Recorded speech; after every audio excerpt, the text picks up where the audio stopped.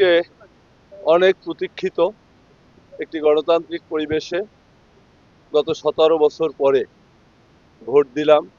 মনে হলো বাংলাদেশের নাগরিক, সেই হিসাবে নাগরিক অধিকার আজকে যেন ফিরে পেলাম।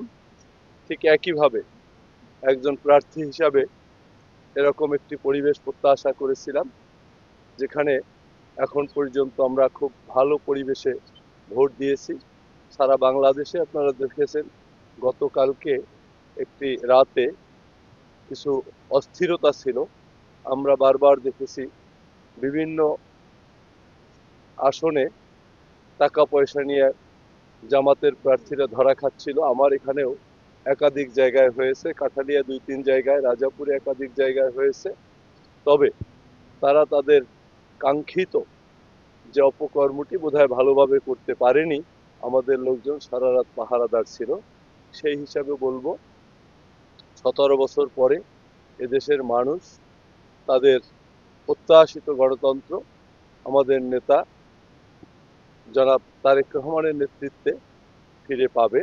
এবং আমরা আশা করি আমাদের 30 লক্ষ শহীদের রক্তের যে ঋণ, আমাদের 2 লক্ষ মা বোনদের ইজ্জত, আমাদের যে বুদ্ধিজীবীদের হত্যা করে বাংলাদেশকে যে একটি অকার্যকর রাষ্ট্র করার পাকিস্তানের সেই পরিকল্পনা, আজকে সেই পাকিস্তানের দোসর শক্তি আমাদের বিরুদ্ধে দাঁড়িয়েছে।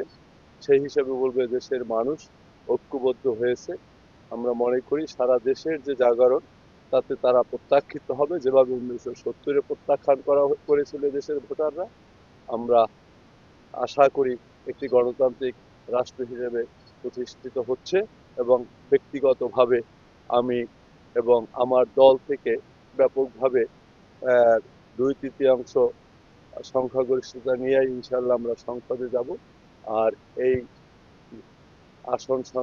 আসন নাম্বার 125 ঝালকাঠি 1 আসন থেকে আমার বিজয় সুনিশ্চিত ইনশাল্লাহ, যদি সন্ধ্যা পর্যন্ত খুব ভালোভাবে আমরা সবাই ভোট দিতে পারি, তাহলে আমাদের এই আসনটি ধানের শীষের আসন, আবার ধানের শীষ ফিরে পাবে ইনশাল্লাহ।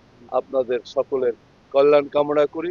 সকলেই আজকে সারাদিন আপনাদের যে দায়িত্ব, সেই দায়িত্বটি সুন্দরভাবে পালনের মধ্য দিয়ে মানুষকে আপনারা সচেতন করবেন। তার সাথে সাথে ভোটটি যাতে সুন্দরভাবে হয়, মানুষ যাতে তাদের ভোটের অধিকার ভালোভাবে প্রয়োগ করতে পারে, কোথাও যাতে কোনো ধরনের সমস্যা না হয়, তার জন্য আপনাদের ভূমিকা গুরুত্বপূর্ণ। কারণ গত 17 বছর এদেশের সাংবাদিকরা বাংলাদেশে একটি বিরোধী দলের মতো সঠিক তথ্য আমাদের কাছে তুলে ধরেছেন। সেই হিসাবে আপনাদের কাছে গত 17 বছরের কৃতজ্ঞতা, এবং আগামী দিনেও আপনারা একটি সুন্দর বাংলাদেশ বিনির্মাণে সত্য তুলে ধরবেন, সেই প্রত্যাশা রেখে আমি অন্য সেন্টারে যাচ্ছি। আমার জন্য দোয়া করবেন।